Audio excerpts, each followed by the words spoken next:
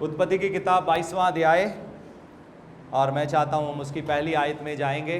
कितने लोगों को याद है आज की मीटिंग का थीम क्या है? किसी को पता है?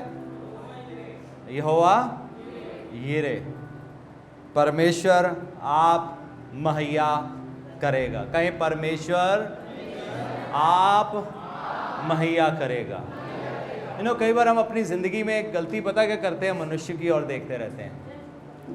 हम परमेश्वर के अनुग्रह के हाथ के लिए उनकी ओर नजर नहीं लगाते। मालूम है, एक वो होता है जो हम अपनी मेहनत से पाते हैं। कैसे पाते हैं? हमने बड़ा मेहनत किया, हम दिन रात मेहनत कर रहे हैं, दिन में भी जाग रहे हैं, रात में भी जाग रहे हैं, हमने मेहनत किया और अपनी मेहनत का फल पाया। लेकिन मालूम है, एक फल वो होता है जो परमेश्वर का अनुग्रह होता है, फेवर, जो परमेश्वर हमें ऐड ऑन कर देते हैं। क्या करते हैं? ऐड ऑन कर देते हैं। हमेशा फेवर के लिए तैयार रहें। अगर आप परमेश्वर का ऐसा अनुग्रह देखना चाहते हो कि आपकी मेहनत का जो बनता था परमेश्वर आपको उससे बढ़कर दे रहे हैं, उसके लिए आपको परमेश्वर को अपनी जिंदगी में पहला जगह देना सीखना होगा।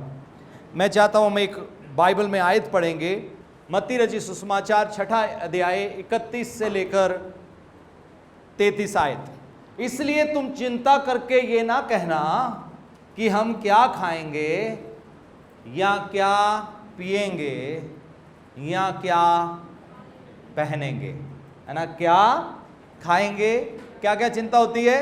क्या खाएंगे, क्या पिएंगे और क्या पहनेंगे।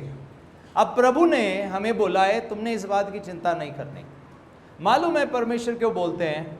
क्योंकि वो आप मुहैया करेंगे।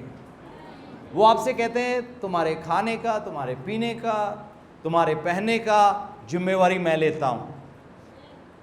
आमीन। ये परमेश्वर बोल रहे हैं, क्योंकि परमेश्वर आप मुहैया करेगा। मालूम है, जब बच्चे होते हैं हमारे तो वो कमाई करके आते हैं, वो कमाने जाते हैं कहीं, या उसको कहते हो कि दूध बेटा तू रोज आधा लीटर दूध पी जाता, जा कमाई करके ला, फिर तुझे दूध मिलेगा। हम माँ बाप होने के नाते उनके लिए मुहैया करते कि नहीं करते? उनको बस मुंह खोलना होता है, थोड़ा रोना होता है, और साथ ही माँ बोतल दूध की लगा देती है। सो उसी तरह से परमेश्वर आप मुहैया करेंगे। इसका मतलब ये नहीं कि हम मेहनत नहीं करेंगे, हम काम नहीं करेंगे, इसका अर्थ ये नहीं है। लेकिन इसका अर्थ यह है कि आपको मालूम है अगर कि जो आप कर रहे हो उससे आपकी सारी जरूरतें पूरी नहीं हो सकती, तो आपको परमेश्वर की ओर नजर लगानी होगी। आमीन। प्रैक्टिकली आप देख रहे हो आपकी 8,000 तनख्वाह है या 7,000 तनख्वाह है या 10,000 तनख्वाह है, ज्यादा भी हो सकती है, और आपको लगता है भाई फिर भी कुछ बन नहीं रहा। कई 50,000 वाले मिलते हैं, वो कहते हैं फिर भी कुछ बन नहीं रहा। तो ये अच्छा समय है परमेश्वर की ओर नजर लगाने का। परमेश्वर, मैंने मेरे ताकत में जो था मैंने किया, मेरे बल में जो था मैंने किया, लेकिन बाकी अब आप खुद ही मुहैया करो। आमीन। आपके बल में जो है वो करो, लेकिन नजर किस पर रखनी है? परमेश्वर पर, मनुष्य पर नहीं। बहुत सारे लोग कई बार गलती करते हैं, मनुष्य पर नजर रखते हैं, और जब मनुष्य से मदद नहीं मिलता, मैंने देखा लोग नाराज हो जाते हैं, खफा हो जाते हैं। लेकिन आपकी नजर किस पर रहनी चाहिए? मनुष्य को, मनुष्य पर नहीं, परमेश्वर पर। मनुष्य को परमेश्वर इस्तेमाल करेगा। क्या करेगा? परमेश्वर मनुष्य को इस्तेमाल कर सकता है। परमेश्वर कौवे को भी इस्तेमाल किया। बाइबल में हम पढ़ते हैं कि कैसे एलिया के लिए परमेश्वर ने कौवे ठहरा दिए, और एक दिन परमेश्वर ने कहा जा यहां से निकल जा। उसकी जान को खतरा था। परमेश्वर के कहने पर गया, कहा वो नाले के पास रहना, वहां का पानी पीना, और मैं तेरे लिए कौवे भेजूंगा, वो तेरे लिए भोजन लेकर आएंगे। उसके लिए कौवे भोजन लेकर आते थे। आमीन। ये चमत्कार के पीछे कारण था, क्योंकि एलिया एक ऐसे काम में लगा हुआ था जो उसके लिए जरूरी था।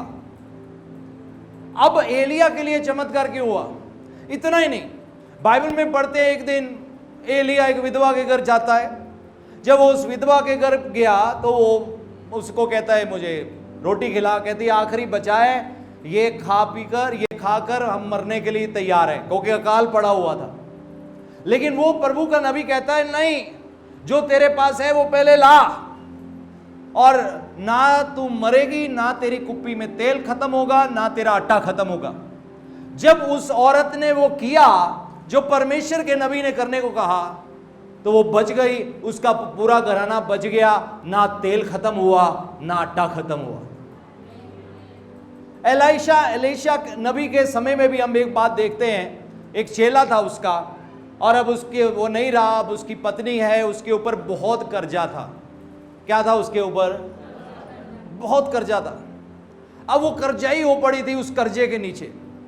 उसे मालूम नहीं था ये कर्जा मैंने कैसे उतारना है, लेकिन मालूम है परमेश्वर के नबी ने उसे कहा, जा ऐसे कर, अपने पड़ोसियों से बर्तन मांग ला। और उसके ऊपर कर्जा था, तो वो पड़ोसी घरों में गई, अकाल पड़ा हुआ था हर जगह, तो बर्तन तो खाली ही होंगे लोगों के, तो सबसे बर्तन मांग लाई, मुझे जरा अपना बर्तन देना, मुझे अपना बर्तन देना। लोग सोच रहे होंगे पता नहीं ये क्यों बर्तन मांग रही है। बर्तन ले आई, और जब तक बर्तन मौजूद थे उनमें तेल बरता रहा, और सब बर्तन जितने भी थे, जब बर्तन आने बंद हो गए, तेल भी बंद हो गया। और फिर परमेश्वर का नबी कहता है, जा इस तेल को लेकर बेच दे, अपना कर्जा उतार दे। और उसने सिर्फ अपना कर्जा ही नहीं उतारा, उसको अपनी जरूरत के लिए भी पूरा मुहैया हो गया, क्योंकि परमेश्वर मुहैया करेगा। आमीन। हमारे परमेश्वर चमत्कार करने वाले परमेश्वर है। कौन से परमेश्वर हैं? मिरेकल करने वाले परमेश्वर है। चमत्कार, आपकी ताकत में जो है वो बेस्ट दो प्रभु को, अपने कामकाज में बेस्ट दो, अपनी नौकरी में बेस्ट दो, ईमानदारी से काम करो, बाकी परमेश्वर पर छोड़ दो, वो मुहैया करेगा। परमेश्वर को मालूम है आपको कितना मिल रहा है, लेकिन आपकी जरूरत कितनी बड़ी है, लेकिन क्योंकि आपकी निगाहें परमेश्वर पर हैं और आप वो करने के लिए तैयार हो जो परमेश्वर ने आपको करने के लिए कहा, इसलिए परमेश्वर आप मुहैया करेगा। देखो, जब आप परमेश्वर के कहने पर चलते हो ना, जब आप प्रभु के कहने पर चलते हो और परमेश्वर ने आपको कुछ करने के लिए कहा और आप उसको करने के लिए तैयार हो और आपने वो किया, चाहे आपकी समझ में आया या नहीं आया। मालूम है बहुत बार परमेश्वर जो हमें करने के लिए कहते हैं ना, बहुत लोगों के समझ में नहीं आता। पता नहीं ये क्यों करना है, पता नहीं ऐसे क्यों करना है। हमारी जिंदगी में भी ऐसा है, अगर परमेश्वर कुछ करने को कहते हैं, वो करने में देरी नहीं करना। बहुत सारे लोग सोचते रहते हैं, सोच रहे हैं।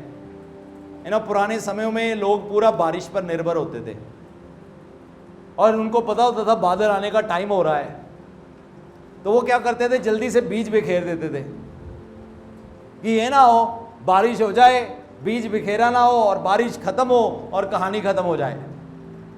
कुछ लोग सोचते रहते हैं, अगर परमेश्वर उनसे कुछ करने के लिए कह रहे हैं, वो झटपट कदम नहीं उठाते, वो सोचते रहते प्रभु भी सोचने दो। होता क्या है, प्रभु कुछ कहते हैं और होता क्या है, हमने कदम नहीं उठाया, समय बीत गया। सब कहे समय बीत गया।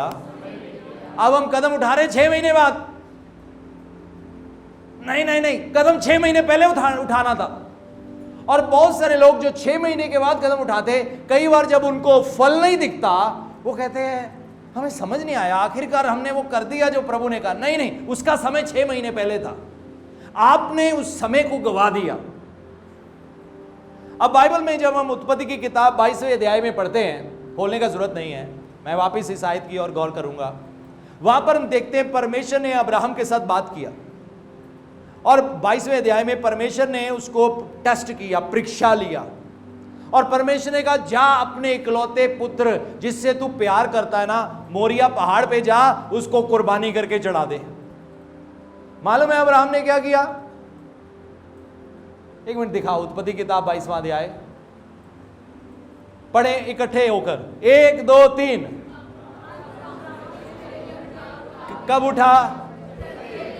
सवेरे तड़के, उससे रहा ही नहीं गया। अरे भैया 9 बजे 10 बजे आराम से कर सकते हो, कोई जल्दी नहीं है। नहीं, उससे इंतजार नहीं हो रहा, उससे रहा नहीं जा रहा।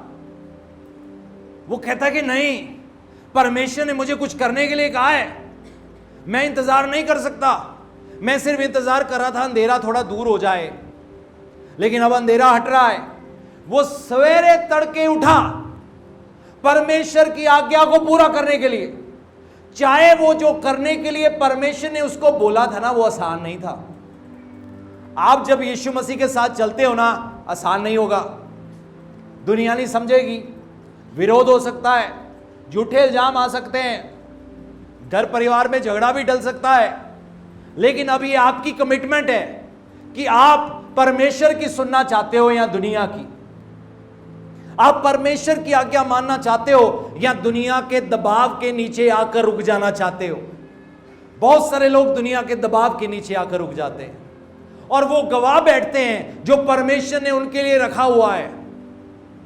अब्राहम सवेरे तड़के उठा, उससे रहा नहीं गया। उसने कहा नहीं, मुझे मालूम है बाइबल में क्या लिखा है।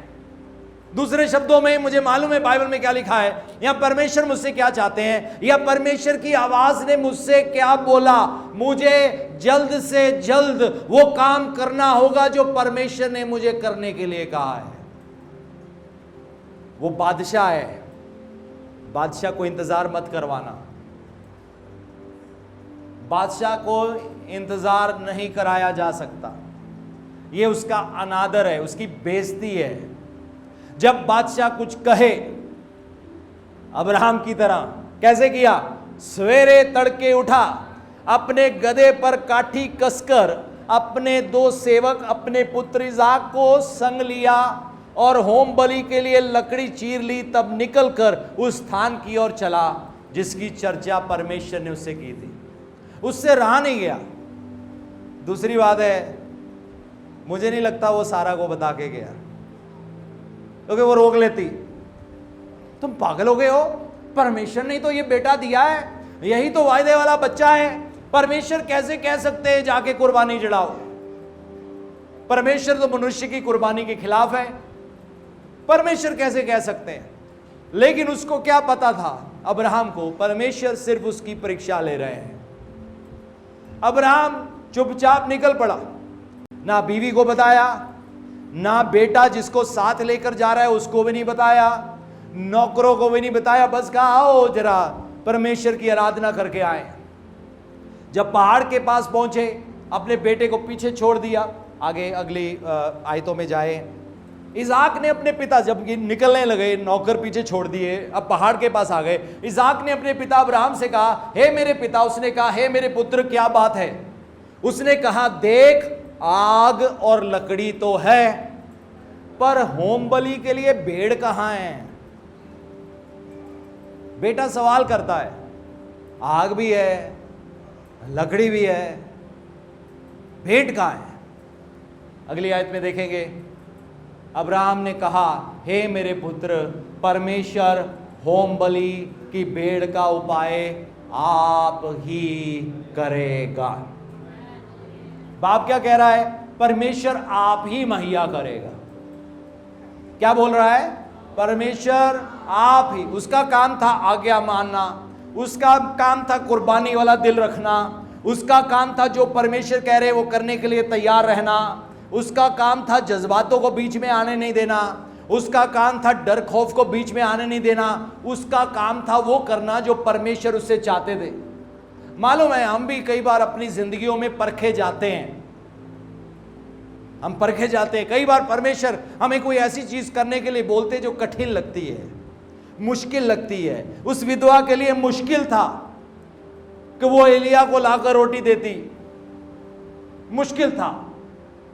उस दूसरी औरत के लिए मुश्किल था, पड़ोसियों के पास जाकर बर्तन मांग लाती, वो कहते कि आप तू पागल हो गई है।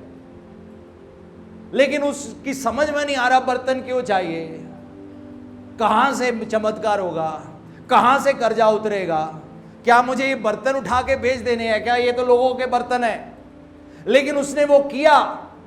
अब्राहम को भी पूरी तरह समझ में नहीं आया, लेकिन उसने वो किया जो परमेश्वर ने उसे करने के लिए कहा। और जब बेटा सवाल करता है कैसा होगा, कहा परमेश्वर आप ही मुहैया करेगा। जब आपके घर में मुश्किल आती है, परेशानी आती है, घटी आती है, बहुत जरूरी है आप कौन सी भाषा बोलते हो। क्या आप ये कहते हो ओहो अब कुछ नहीं बनना, परमेश्वर हमें सुनते नहीं है, हमारी मुश्किलें दिखती नहीं है, कोई भी हमें समझता नहीं, कोई भी हमारी मदद नहीं करता। अच्छा है, कई बार हमारी मदद कोई नहीं करता तो हम सीखते हैं प्रभु पर नजरें लगाना। कई बार परमेश्वर मनुष्य को बीच से हटा देते, कहते तू बीच में हट जा, तू उनका परमेश्वर नहीं है, मैं हूं उनका परमेश्वर, तुम बीच में से हट जाओ, उनको मेरे पास आने दो, उनको मेरे पे विश्वास करने दो, मैं उनके लिए मुहैया करूंगा। आमीन। आपकी भाषा क्या है बहुत जरूरी है, क्योंकि परमेश्वर सुनते हैं। जब कुछ नहीं है क्या कहना है, परमेश्वर आप मुहैया करेगा। जब रास्ता नहीं दिखता क्या कहना है, परमेश्वर आप मुहैया करेगा। जब आप कर्जे के नीचे हो क्या कहना है, परमेश्वर आप मुहैया करेगा। लेकिन आपका एक काम है, मैं उस पर जाऊंगा अभी। उसने कहा परमेश्वर आप ही मुहैया करेगा, और वो आगे चल पड़े। और हम स्टोरी जानते हैं, परमेश्वर ने आप ही उनके लिए भेंट का बंदोबस्त कर दिया। आमीन। परमेश्वर ने आप उनके लिए मुहैया कर दिया। हम जाएंगे मत्ती रचित सुसमाचार में वापस, book of Matthew chapter 5 verse 6:31 to 33। हम वापस उसी बात पर जाएंगे तो हम देखते हैं कैसे परमेश्वर ने मुहैया किया, वो करने के लिए तैयार था। इसलिए तुम चिंता करके ये ना कहना कि हम क्या खाएंगे या क्या पिएंगे या क्या पहनेंगे। अब परमेश्वर हमसे बोल रहे हैं, ये आज्ञा है। फिर आगे क्या लिखा है, क्योंकि अन्य जातियां इन सब वस्तुओं की खोज में रहती है।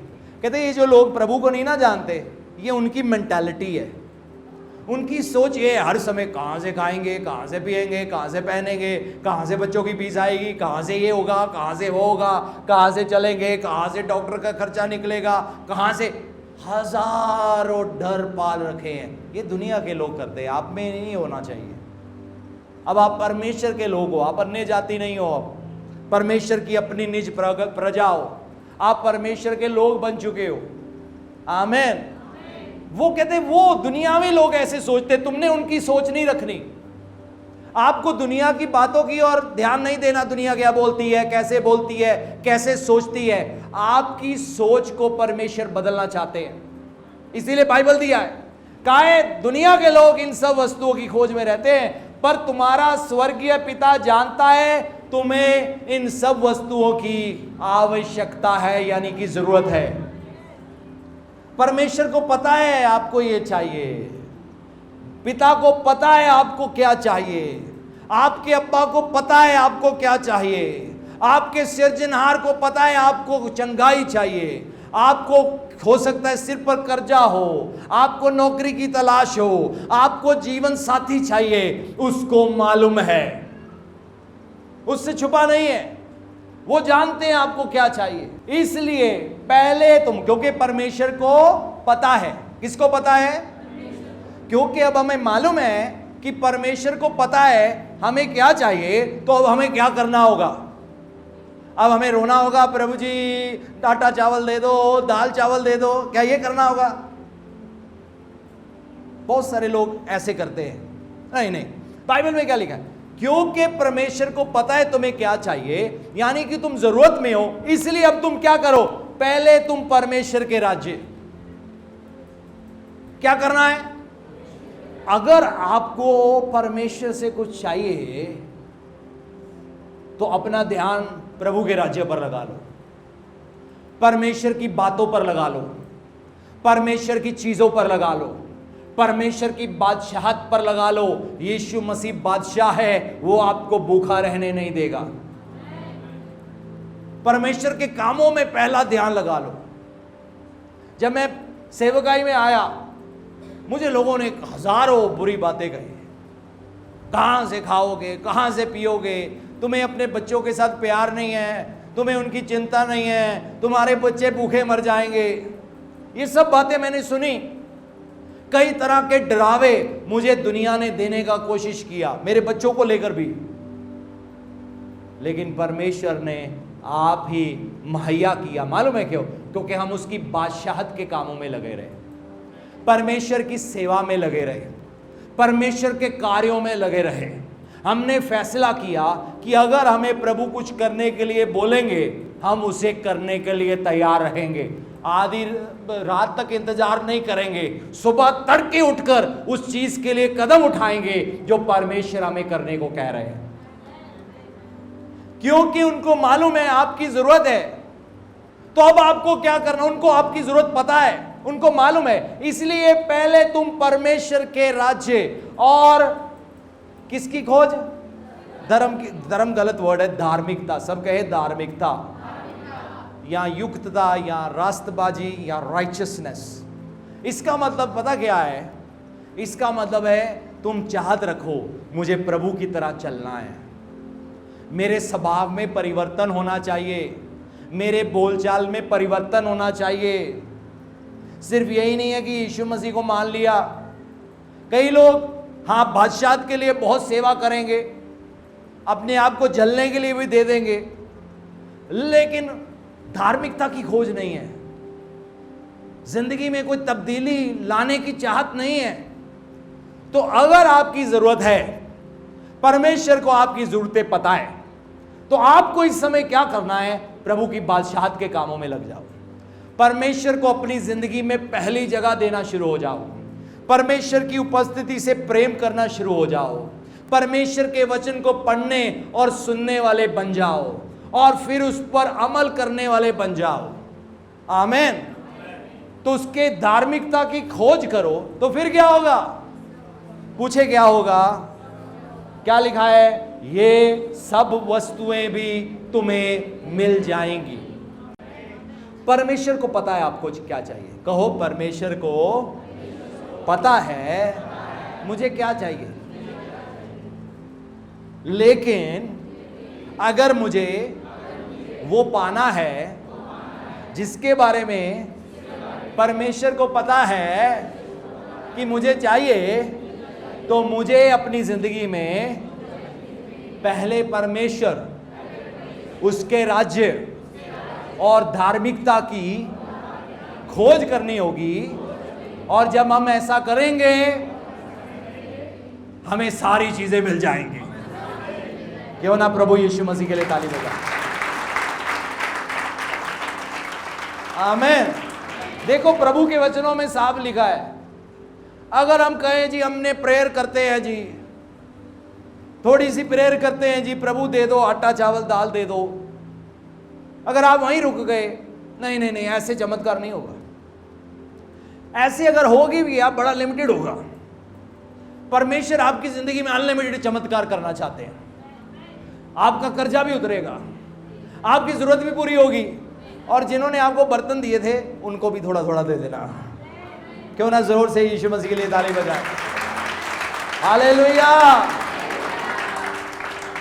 अब्राहम ने जब परमेश्वर को पहला जगह दिया, परमेश्वर के राज्य को पहला जगह दिया, प्रभु की उपस्थिति को पहला जगह दिया, परमेश्वर की आज्ञा को पहला जगह दिया, परमेश्वर के कामों को पहला जगह दिया।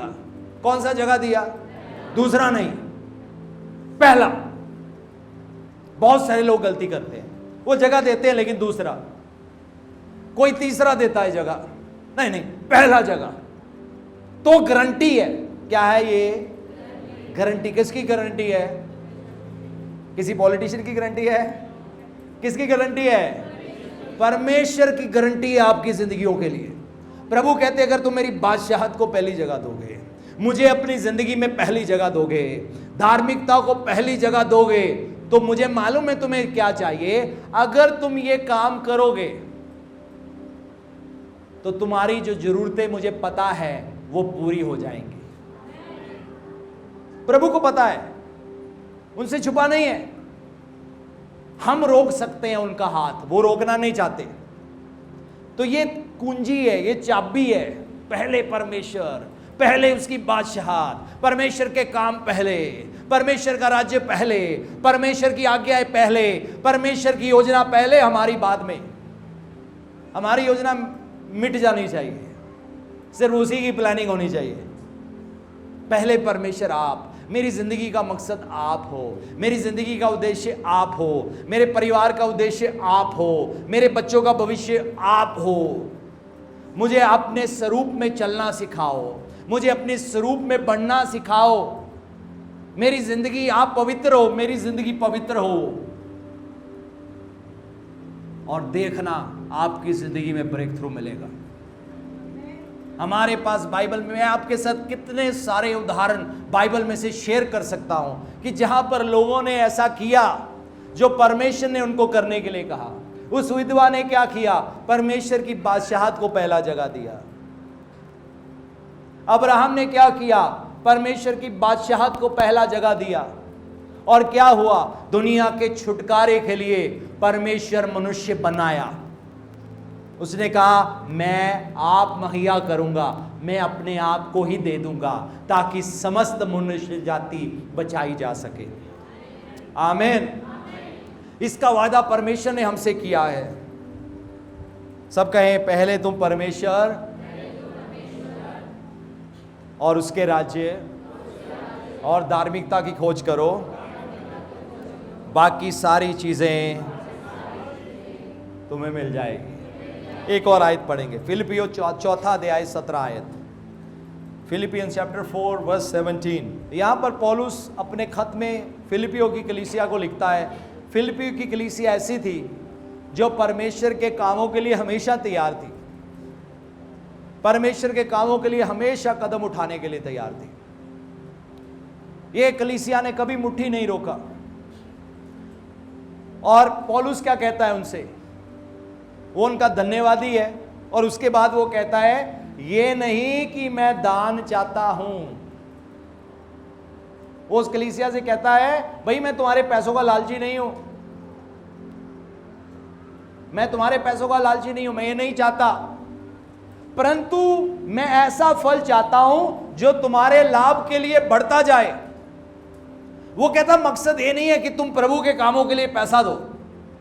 कहता मेरा मकसद ये है कि जब तुम ऐसा करोगे मुझे तुम्हारी जिंदगी में फल देखने को मिलेगा, तुम्हारी जिंदगी में बड़ी बड़ी गवाहियां खड़ी हो जाएंगी। देखो पौलुस की सोच देखो। वो कहता मुझे तुम लोगों का पैसा नहीं चाहिए, मेरी नजर तुम्हारे पैसे पर नहीं है, तुम्हारी टाइथ पर नहीं है, तुम्हारी ऑफरिंग पर नहीं है, ये जमीन के पैसे के लिए नहीं है। मेरी नजर लगी है तुम फलवंत हो जाओ। तो परमेश्वर मेरे लिए आप मुहैया करेगा। मजा नहीं आया? ऊंची बोलो, कहो परमेश्वर मेरे लिए आप मुहैया करेगा। जितने लोग विश्वास करते हैं जोर से ताली बजाओ। हालेलुया। आए हम अपने स्थान में खड़ा हो जाए। परमेश्वर आपके लिए मुहैया करेगा। जब आप परमेश्वर के राज्य को पहला स्थान दोगे ना। मुझे पता नहीं वो जो लोग आज से बहुत साल पहले 22-23 साल पहले जो मुझे हर नेगेटिव बात बोलते थे, मुझे मालूम नहीं आज वो शर्मिंदा हैं या जलन रखते हैं या खुश हैं, मुझे पता नहीं। लेकिन उन्होंने देखा जिस परमेश्वर पर इस परिवार ने विश्वास किया उसने आप इनके लिए मुहैया किया। आमीन। परमेश्वर आप मुहैया करेगा। आपका निशाना परमेश्वर होना चाहिए, आपकी नजरें परमेश्वर पर होनी चाहिए। दुनिया की ओर मत देखना। दुनिया हो सकता है ओ इनको तो मौज है, अंदर बाहर आते जाते हैं, वैसी सोच रखोगे आप कुछ हासिल नहीं कर पाओगे। एक दिन मैं ऐसी जगह आ गया था, मेरे पास एक फोल्डिंग बेड और एक छोटे गैस स्टोव को छोड़ के कुछ नहीं था। जब मैं परमेश्वर के राज्य को पहला स्थान दिया। कई बार मालूम है जब कोई व्यक्ति बढ़ता है ना तो सारे सोचते हैं हाँ इनका बढ़िया है, पर उनको पीछे की स्टोरी नहीं पता होती है, उनको पीछे का दर्द पता नहीं होता, उनको सफर का पता नहीं होता जिसमें से निकलना पड़ता है। बेशक परमेश्वर ने अब्राहम को मुहैया किया, लेकिन अगर आपने बाइबल नहीं पढ़ा आप उसकी बैक स्टोरी नहीं जानते कि उसको कैसी मुश्किलें भी उठानी पड़ी, उसको दिक्कत उठानी पड़ी। कई बार सारा की जिंदगी खतरे में थी, कई बार उसकी जिंदगी खतरे में थी, लेकिन फिर भी वो वापस नहीं मुड़ा और परमेश्वर पर विश्वास करते बढ़ता रहा। परमेश्वर आप सुरक्षा मुहैया करेगा। आमीन। आज आपकी जिंदगी में अगर आपको ब्रेक थ्रू चाहिए, जैसे पौलुस कहता है, ये नहीं कि मैं दान चाहता हूं, मैं तुम्हारा पैसा चाहता हूं, प्रभु कहीं ना कहीं से कुछ ना कुछ बंदोबस्त कर देंगे, लेकिन हम रह जाएंगे, हम उसका फल नहीं देखने पाएंगे। आप समझ रहे हो? वो कहता है मैं फल देखना चाहता हूं, मुझे मालूम है परमेश्वर इसके बदले तुम्हें इनाम देंगे, तुम्हें इसके बदले आशीष देंगे, क्योंकि यीशु मसीह किसी का कर्जाई नहीं है। तो वो कहता है इसलिए मैं चाहता हूं तुम प्रभु के काम में बहो, इसलिए मैं तुम चाहता हूं तुम परमेश्वर के राज्य को अपने जीवन में पहली जगह दो। मालूम है सुलेमान बादशाह ने परमेश्वर के राज्य को अपने जीवन में पहला जगह दिया। जैसे वो बादशाह बना, पहली चाहत उसके अंदर परमेश्वर के लिए ये थी, मुझे परमेश्वर के लिए भवन बनाना है। 7 साल लगे भवन बनाने में, बहुत खूबसूरत था।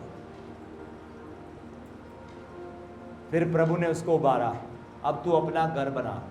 पता कितने साल लगे? 13 साल में सुलेमान का घर बनना पूरा हुआ। देखो परमेश्वर हमेशा अपना लात हमसे ऊपर रखेंगे।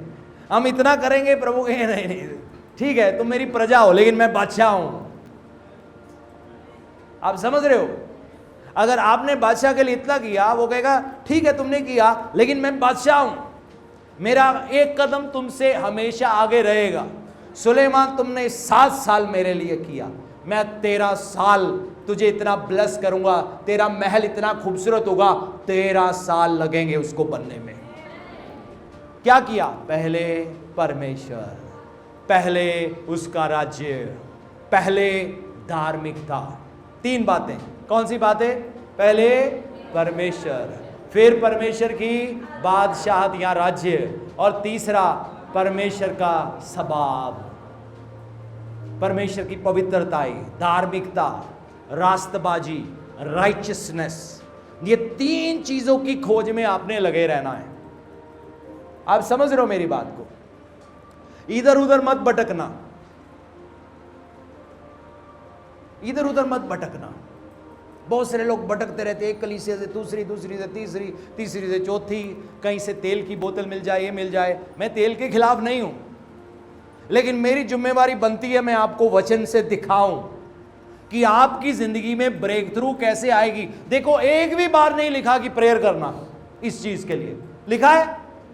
एक भी बार लिखा है कि कहा है अच्छा फिर तुम ऐसे करना, तुम अपने रोटी के लिए, अपने खाने के लिए और अपने कपड़ों के लिए प्रेयर करो। प्रभु मुझे कपड़े चाहिए, यीशु मसीह के नाम में सब बोले आमीन। प्रभु मुझे रोटी चाहिए, पास्टर जी प्रेयर करो मुझे रोटी चाहिए। लिखा है एक भी बार? एक भी बार नहीं लिखा।